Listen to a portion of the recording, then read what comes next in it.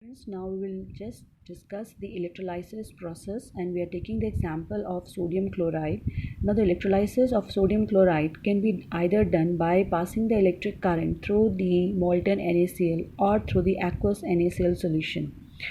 Now we will go step by step. Now first is the molten NaCl.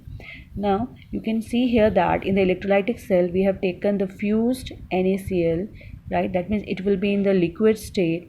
We have got the two electrodes which are of carbon, considered to be a carbon anode and the carbon cathode, and connected to the external DC source.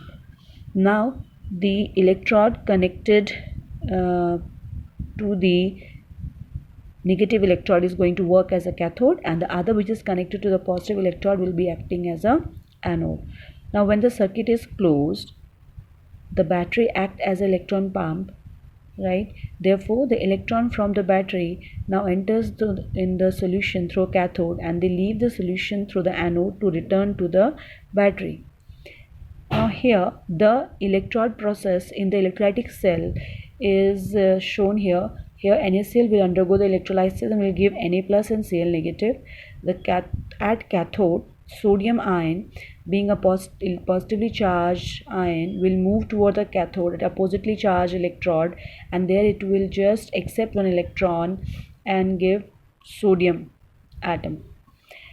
Now for each sodium ion we will have one sodium atom.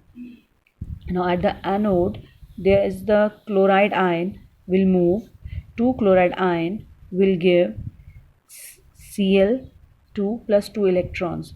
Now student, here generally one chlorine atom, at the first step we will have only one chlorine atom accumulation at the anode, and that is known as a primary change.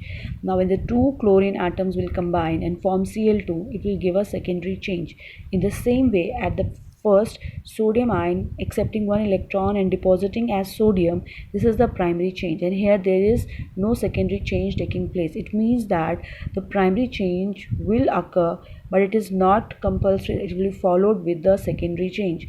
Now when we combine up the two equations, before that we have to balance the electrons. So in the second equation we have got the two electrons, whereas in the first equation only one electron is involved, that is reduction of sodium ion. So you have to multiply that equation by 2. So on adding these two equations, we will get 2 sodium ion plus 2 Cl negative gives 2 sodium plus chlorine gas will be liberated out.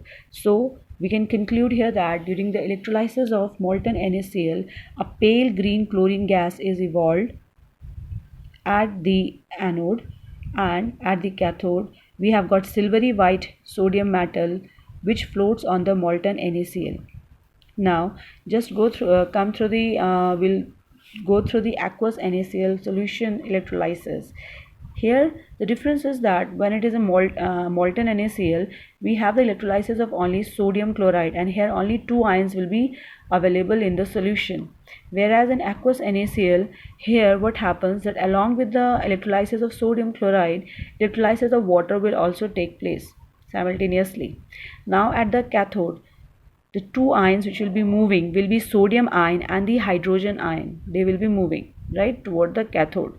So you can see here that a sodium ion, one electron accepting, gives sodium, a reduction process. Here the standard electrode potential of sodium is minus 2.71 volt, whereas that of the hydrogen is 0 volt, right? So here you can see that since the hydrogen is formed from water dissociation, so we are going to write that equation again. H2O gives H plus and OH negative ion. So we have got two equation here, right, 1 and 2. So the net cell reaction will be H2O plus electron gives half H2 plus OH negative. This is the net reaction at the cathode is going to take place. That means with respect to the sodium ion, hydrogen ion is going to just come and discharge and liberate hydrogen gas. As you can see that the E naught value for the hydrogen is more, so reduction is going to be more feasible here. Now come to the reactions at anode. Here Cl negative ion will be just liberating its electron or giving up its electron at the anode and form half Cl2 right? Here this reaction needs the electrode potential is 1.36 volt, and that of water, which takes place here, it is O2 plus 4H plus and 4 electrons, will be 1.23 volt. Now from here it is quite understood that at anode what is taking place, the oxidation. So which value is lower? It's that of water here. So that means water. So that means here the oxygen gas should get evolved, right? But actually it's not the oxygen which is going to be liberated here. So E naught value of H2 is slightly less, therefore it has slightly more chances of getting oxidized. But in the concentrated solution, the oxidation of Cl negative is preferred than water at anode, and hence chlorine is evolved at the anode, right?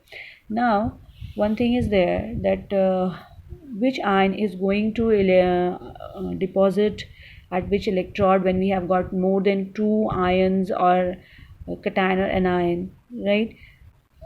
That time we are going to follow the preferential discharge theory, right? So according to this theory, when it is an aqueous medium, right? So when according to this theory, if two or more ions migrate toward the anode, then that ion is discharged, which requires least energy. The potential at which an ion is going to be discharged or deposited at a positively charged electrode is called discharge potential. Now in this case here, though it is expected that water should move there, but the energy which will be required, right, that is going to be, we can say, is going to be more. So that's why in preference to the water, right, we can say that the in preference to the oxygen gas, the chlorine gas is evolved at anode.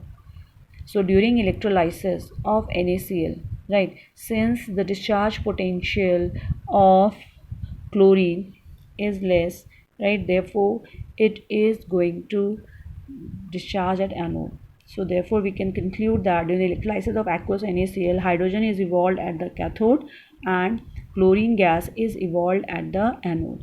Students, similarly we can do the electrolysis of other solutions or other electrolytic solutions also.